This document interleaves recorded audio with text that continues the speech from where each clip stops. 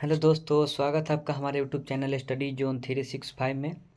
आज हम लोग क्लास 10th पॉलिटी चैप्टर 1 लोकतंत्र में सत्ता की साझेदारी का 40 ऑब्जेक्टिव क्वेश्चन करेंगे, जो कि बिहार बोर्ड 2025 के लिए बहुत ही महत्वपूर्ण है। तो चलिए देखते हैं हमारा आज का पहला सवाल क्या है। तो हमारा पहला सवाल है, बहुसंख्यकवाद के कारण किस देश में गृह युद्ध हुआ। बहुसंख्यकवाद के कारण किस देश में गृह युद्ध हुआ। पहला ऑप्शन है श्रीलंका, दूसरा है यूगोस्लाविया और ऑप्शन सी है बेल्जियम, ऑप्शन डी है लेबनान। तो इसमें सही आंसर इसका है श्रीलंका है। सही आंसर इसका श्रीलंका है। श्रीलंका में दो समुदाय के लोग रहते थे। एक थे तमिल समुदाय थे और दूसरा था सिहली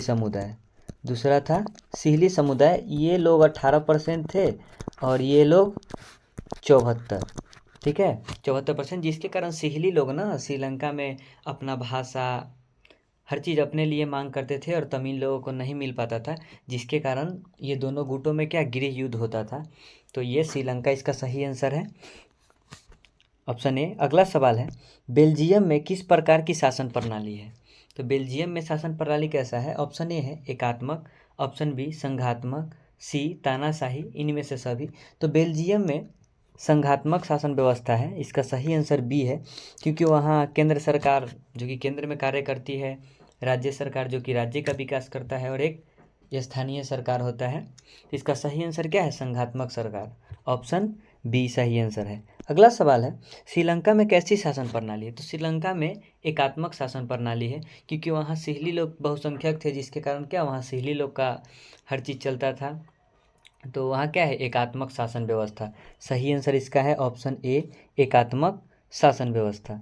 अगला सवाल है, 1970 से 1993 के बीच बेल्जियम के संविधान में कितने संशोधन किए गए। तो बेल्जियम के वहाँ भाषा के आधार पर, ठीक है, भाषा बोलने वाले लोगों के आधार पर, मतलब जिस तरह से वो लोग चाहते थे, ठीक है, उस तरह से वहाँ 1970 से 1993 के बीच में 4 बार संविधान संशोधन हो चुका था। इसका वहाँ कितने बार हुआ, 4 बार, 1970 से 1993 के बीच में। सही आंसर हो जाएगा ऑप्शन सी, 4। अगला सवाल है, अलग अलग भाषा बोलने वाले लोगों के आधार पर सामुदायिक सरकार का गठन करने का अधिकार किस देश के नागरिकों को दिया गया है। जो अलग अलग भाषा बोलने वाले, ठीक है, लोगों को उनके सामुदायिक सरकार का गठन करने का अधिकार दिया गया, वो बेल्जियम में ही दिया गया है। वहाँ 3 प्रकार के, एक डच बोला जाता है, वहाँ 3 प्रकार के भाषा बोले जाते हैं, डच, फ्रेंच है और क्या, जर्मन। डच बोलने वाले वहाँ है 59% है, फ्रेंच बोलने वाले 40% है और 1% जर्मन बोलने वाले जा रहे हैं। लेकिन फिर भी वहाँ सभी लोगों को मिलाकर सत्ता के साझेदारी का सही उपयोग वहाँ होता है, लोगों को मिलाकर चला जाता है, ठीक है, जिसके कारण वहाँ क्या है, संघात्मक शासन व्यवस्था है। तो अलग अलग भाषा बोलने वाले लोगों के आधार पर सामुदायिक सरकार का गठन करने वाला देश के नागरिक को दिया गया है वो बेल्जियम है। इसका सही आंसर क्या है, ऑप्शन सी, बेल्जियम। सवाल पूछा जा सकता है, बेल्जियम में डच भाषा कितने % लोग बोलते हैं। तो ऑप्शन रहेगा इसमें सही आंसर क्या हो जाएगा, 59। फ्रेंच बोले जाने वाले 40% और जर्मन 1% है। अगला सवाल है, इंडिका पुस्तक के लेखक कौन है। ऑप्शन है Megasthenes, option B Kamal Kishore Sharma, option C SM Singh, option D कोई नहीं। तो इंडिका पुस्तक लिखे मेगास्थनीज के द्वारा लिखा गया है। तो इसका सही आंसर क्या है, ऑप्शन ए, मेगास्थनीज। अगला सवाल है, श्रीलंका में तमिल मुख्य रूप से रहते हैं। जो श्रीलंका में है तमिल, वहाँ 2 समुदाय था ना, सिहली और क्या, तमिल। इसमें से तमिल समुदाय वाले लोग मुख्य रूप से रहते थे उत्तर पूर्वी प्रांतों में, पश्चिम दक्षिण प्रांतों में, पश्चिम उत्तर प्रांतों में, दक्षिण पूर्वी प्रांतों में। तो जो तमिल मुख्य रूप से जो रहते थे ना, वो उत्तर पूर्वी प्रांतों में रहते थे। तो इसका सही आंसर इसमें है ऑप्शन ए, ठीक है, उत्तर पूर्वी प्रांतों में। अगला सवाल है, भारत में बहुसंख्यक आबादी है। भारत में बहुसंख्यक आबादी किन लोगों का है, सिख समुदाय की, मुस्लिम समुदाय की, हिंदू समुदाय की, ईसाई समुदाय की। तो भारत में हिंदू समुदाय की बहुसंख्यक है, ठीक है। लेकिन यहाँ लोकतंत्र में, यहाँ लोकतांत्रिक देश है, यहाँ क्या सत्ता की साझेदारी होता है, जिसके कारण यहाँ सभी लोगों को मिला जुला कर चला जाता है। यहाँ बहुसंख्यकवाद के कारण कोई विवाद नहीं है, ठीक है। यहाँ सही आंसर क्या होगा इसमें, ऑप्शन सी है, हिंदू समुदाय। अगला सवाल है, भारतीय संविधान के अनुसार भारतवर्ष को घोषित किया गया है। भारतीय संविधान के अनुसार भारतवर्ष को घोषित किया गया है हिंदू राज्य, धर्म सापेक्ष राज्य, बहुभाषी राज्य, धर्मनिरपेक्ष राज्य। तो हमारे भारत में ना कोई हिंदू राज्य नहीं है, धर्म सापेक्ष राज्य, बहुभाषी नहीं है। यहाँ क्या धर्मनिरपेक्षता है, ठीक है।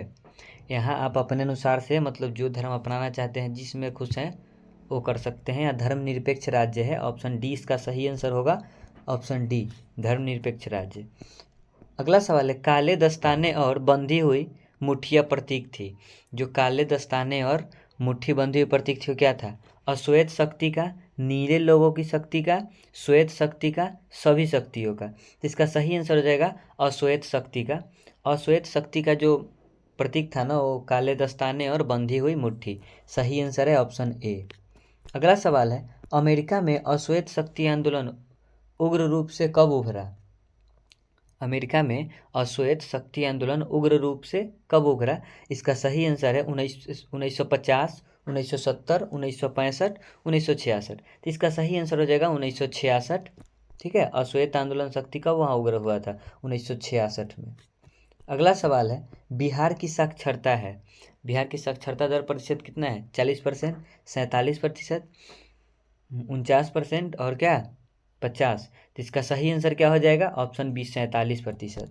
ऑप्शन बी इसका सही है 47%। अगला सवाल है, इनमें किस संस्था में महिलाओं को 50% प्रदान किया गया है, जो उनका आरक्षण दिया गया है महिलाओं को 50%। लोकसभा, स्थानीय पंचायती राज की संस्था, विधानसभा, राज्यसभा। तो इसका सही आंसर होगा स्थानीय पंचायती राज, ठीक है 50%।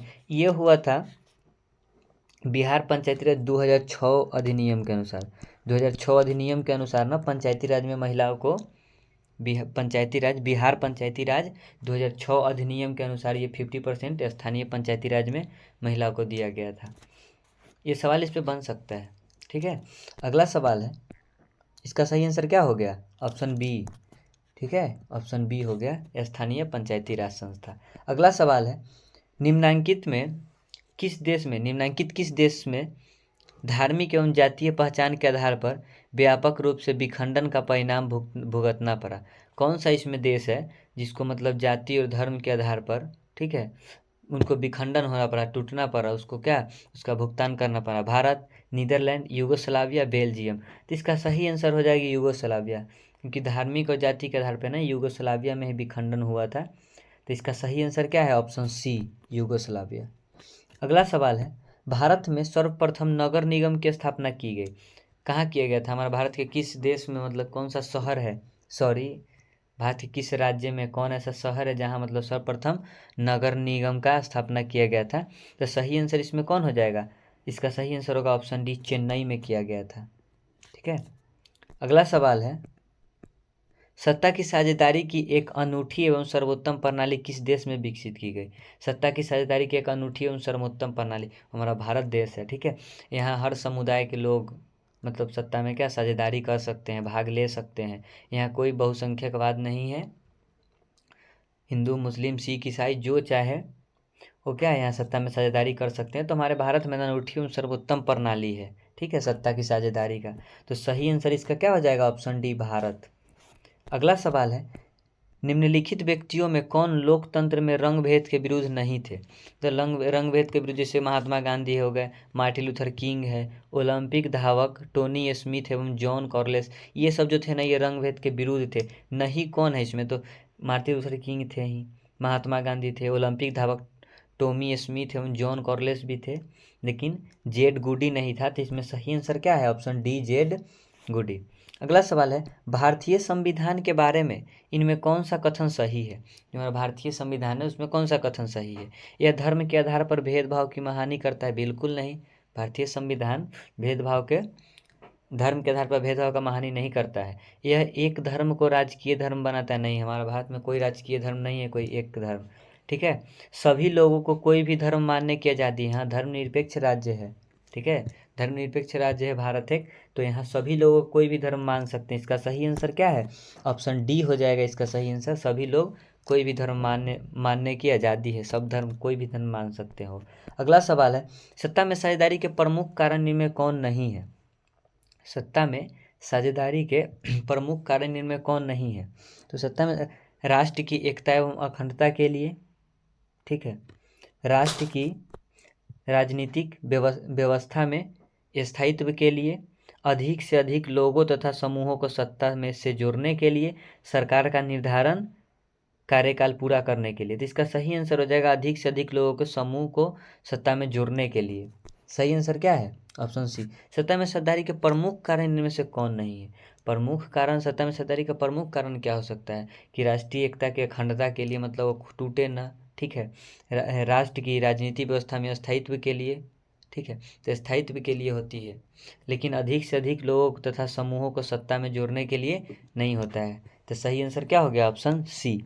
अगला सवाल है, सत्ता की साझेदारी की अधिकाधिक आवश्यकता कहाँ पड़ती है? सत्ता की साझेदारी का कहाँ अधिक पड़ता है? प्रत्येक लोकतांत्रिक राज्य में, क्षेत्रीय विभाजन वाले बड़े राज्य में, क्षेत्रीय विभाजन छोटे राज्य, जाति, भाषा, क्षेत्र, संप्रदाय के आधार पर बटे हुए समाज में। तो जाति के आधार पर जहाँ बटे हुए हैं, ठीक है, भाषा, क्षेत्र, संप्रदाय के आधार पे, ठीक है, तो वहाँ सत्ता की साझेदारी ज़्यादा जरूरी होता है, क्योंकि सत्ता की साझेदारी वहाँ होगा तो किसी एक जाति को नहीं माना जाएगा, किसी एक भाषा को नहीं माना जाएगा, ठीक है। सभी लोग वहाँ क्या करेंगे? सत्ता में साझेदारी करेंगे, जिसके कारण वहाँ क्या मतभेद नहीं होगा, तनाव नहीं आएगा। तो जाति, भाषा, क्षेत्र, संप्रदाय के आधार पर बटे हुए समाज में सत्ता की साझेदारी अधिक आवश्यकता है, ठीक है। सही आंसर क्या हो जाएगा? Option D. अगला सवाल है, इनमें सत्ता की साझेदारी का एक सही लाभ क्या है? सत्ता की साझेदारी का सही लाभ क्या है? अस्थिरता एवं आंतरिक कलह में बढ़ोतरी। अरे भाई, कलह में बढ़ोतरी नहीं होगा। सत्ता में साझेदारी से मतलब क्या होता है? तनाव कमता है, मध्य में क्या, लोगों के मध्य मतभेद में वृद्धि नहीं होगा, कमी आएगा। समुदाय के मध्य टकराव में कमी होगा। सही आंसर क्या हो गया? ऑप्शन सी, समुदाय के मध्य में टकराव कम होगा। अगला सवाल है, अमेरिका में चलाए गए नागरिक अधिकार आंदोलन का मुख्य उद्देश्य क्या था? जो अमेरिका में नागरिक अधिकार आंदोलन चला था, उसका मुख्य उद्देश्य क्या था? नस्ल आधारित भेदभाव मिटाना, धर्म आधारित भेदभाव मिटाना, क्षेत्र आधारित भेदभाव मिटाना और क्या, भाषा आधारित भेदभाव मिटाना। तो इसका सही आंसर है ऑप्शन ए है, नस्ल आधारित भेदभाव को मिटाना था वहाँ। सही आंसर क्या है? ऑप्शन ए है इसका सही आंसर, नस्ल आधारित भेदभाव मिटाना। अगला सवाल है, भारत की वित्तीय राजधानी क्या कहलाती है? ऑप्शन ए पटना है, option B Delhi, option C Mumbai, option D Chennai. इसका सही आंसर मुंबई होगा, ठीक है। भारत की वित्तीय राजधानी कहाँ है? मुंबई है। सही आंसर क्या होगा? Option C, Mumbai. अगला सवाल है, श्रीलंका में बहुसंख्यक समुदाय की भाषा है। बहुसंख्यक समुदाय कौन लोग थे? सिहले थे। ये कितने परसेंट थे? 74%। जो सिहली समुदाय थी, ये कितने परसेंट से? 74, ठीक है। तो श्रीलंका में बहुसंख्यक समुदाय की भाषा सिहली थी। इसका सही आंसर क्या हो जाएगा? Option C. ये तमिल वाले कितने थे? 18% ये लोग थे। अगला सवाल है, 15वीं लोकसभा में महिला सदस्यों की कुल संख्या, 15वीं लोकसभा में महिला सदस्यों की कुल संख्या कितना था? तो महिला सदस्य का कुल संख्या 25, 35, 59, 65। तो इसका सही आंसर क्या है? 59, ठीक है। इसका सही आंसर क्या है? 59। ये 15वीं लोकसभा का है। जब 16वीं होगा ना, जब 16वीं लोकसभा होगा तो इसमें कितना है? 65 है। 16वीं लोकसभा में कितना है? 65 है। 15वीं में कितना है? 59 है। अगला सवाल है, सत्ता की साझेदारी की एक अनूठी एवं सर्वोत्तम प्रणाली किस देश में विकसित की गई? ये क्वेश्चन रिपीट हो गया। इसका सही आंसर क्या है? ऑप्शन बी, भारत, ठीक है। इसका सही आंसर क्या है? भारत। अगला सवाल है, इनमें सत्ता की साझेदारी का एक सही लाभ क्या है? तो सत्ता की साझेदारी के लाभ क्या हो सकता है? अस्थिरता एवं आंतरिक कलह में बढ़ोतरी, मतभेद के मध्य टकराव में कमी, समुदाय के मध्य टकराव में कमी। तो मतभेद के, ठीक है, मतभेद मध्य टकराव में कमी ये नहीं, ठीक है। अस्थिरता आंतरिक कलह को बढ़ोतरी नहीं करती है, ये समुदाय के मध्य टकराव को कम करती है। इसका सही आंसर क्या है? ऑप्शन सी, समुदाय के मध्य टकराव में कमी। अगला सवाल है, भारत की वित्तीय राजधानी कहलाती है, भारत की वित्तीय राजधानी क्या कहलाती है? मुंबई कहलाती है। इसका सही आंसर क्या है? Option C, Mumbai. अगला सवाल है, अलग अलग भाषा बोलने वाले लोगों के आधार पर सामुदायिक सरकार का गठन करने का अधिकार किस देश के नागरिक को दिया गया? ठीक है, ये जो अलग अलग भाषा बोलने वाले आधार पर, ठीक है, वो दिया गया था बेल्जियम को। इसका सही आंसर क्या है? Option C, Belgium. अगला सवाल है, भारत में पंचायती राज संस्था में महिला के लिए कितनी सीटें आरक्षित है? भारत में पंचायती राज है, ठीक है, भारत में पंचायती राज के लिए दिया गया है 33%, ठीक है। लेकिन बिहार स्तर पर 2006 बिहार पंचायती राज 2006 अधिनियम के अनुसार 50% दिया गया है। अब भारत पंचायती राज संस्था में कितना है? 33%। इसका सही आंसर सी है, 33%। अगला सवाल है, भारत में किस तरह के लोकतंत्र की व्यवस्था की गई है? प्रत्यक्ष, अप्रत्यक्ष, प्रत्यक्ष अप्रत्यक्ष, दोनों, इनमें से कोई नहीं। तो भारत में किस तरह के लोकतंत्र की व्यवस्था है? तो वह है अप्रत्यक्ष। इसका सही आंसर क्या है? ऑप्शन बी, अप्रत्यक्ष। अगला सवाल है, भारतीय संविधान के बारे में कौन सा कथन सही है? ठीक है, इनमें कौन सा कथन भारतीय लोकतंत्र को मतलब सही बताता है? यह धर्म के आधार पर भेदभाव की महाहानि करता है, यह एक धर्म को राजकीय धर्म बनाता है, सभी लोगों को कोई भी धर्म मानने की आज़ादी देता है, किसी भी धार्मिक समुदाय में सभी नागरिक को बराबरी का अधिकार देता है। तो इसका सही आंसर क्या हो जाएगा? सभी लोगों को कोई भी धर्म मनाने की आज़ादी देता है। सही आंसर सी है। अगला सवाल है, धर्म को समुदाय का मुख्य आधार मानने वाला व्यक्ति क्या कहलाता है? धर्म को सामुदायिक मतलब क्या? एक अपने खास अपने धर्म को बढ़ावा देना, ठीक है, वह संप्रदायवाद के अंतर्गत आता है। तो ये क्या हो जाएगा इसमें? ऑप्शन क्या है? ऑप्शन ए है, सांप्रदायिक। अपने धर्म को बढ़ावा देना, ऑप्शन ए सांप्रदायिक हो जाएगा। अगला सवाल है, बिहार पंचायती राज अधिनियम 2006 में पंचायती राज संस्था में महिलाओं के लिए कितने प्रतिशत आरक्षण की व्यवस्था की गई? ऊपर सिंपल सवाल था, पंचायती राज व्यवस्था के लिए महिला को कितना % आरक्षण दिया गया था है? तो ऊपर भी क्या 50% लगाए थे। लेकिन अगर पूछा जाता है कौन सा अधिनियम है, ठीक है, पंचायती राज, तो 2006 में जो अधिनियम हुआ था ना पंचायती राज, उसके द्वारा महिला को 50% दिया गया था आरक्षण। इसका सही आंसर क्या है इसमें? Option C, 50%। अगला सवाल है, 15वीं लोकसभा में महिला की कितनी भागीदारी थी? 15वीं लोकसभा जो हुआ था उसमें महिला कितनी भागीदारी थी? तो 10.68, 15%, 33% और क्या 50%। तो इसमें सही आंसर है 10.68। सही आंसर क्या है? Option A. अगला सवाल है, 16वीं लोकसभा में महिला सदस्यों की संख्या कितनी है? 16वीं लोकसभा में 65 हो गया था, लेकिन 15वीं लोकसभा है ना उसमें 59। ऊपर क्वेश्चन भी था 15वीं लोकसभा में महिला सदस्यों की संख्या कितनी थी? तो उसमें कितना था? 15वीं में था 59 और ये 16वीं में कितना है? 65। तो इसका सही आंसर क्या है? Option D, 65। अगला सवाल है, भारत में कहाँ औरतों के लिए आरक्षण की व्यवस्था है? भारत में कहाँ औरतों के लिए आरक्षण है? लोकसभा, विधानसभा, मंत्रिमंडल, पंचायती राज। तो इसका सही आंसर क्या है? ऑप्शन डी, पंचायती राज संस्था, पंचायती राज में ही है। सही आंसर क्या है? Option D. अगला सवाल है, श्रीलंका में सत्ता की साझेदारी से संबंधित कथनों निम्नलिखित में कौन सही है? इसमें जो कथन दिया गया है, जो ऑप्शन है, इसमें कौन सा ऑप्शन सही है? बहुसंख्यक सिंहली भाषी के हितों की अनदेखी का प्रयास करना, जैसे कि वहाँ के जो सरकार है, एकात्मक वहाँ सरकार है, तो उसमें क्या है कि सिंहली भाषी जिसका वर्चस्व वहाँ चलता है उस वर्चस्व को अनदेखी करना, मतलब इग्नोर कर देना।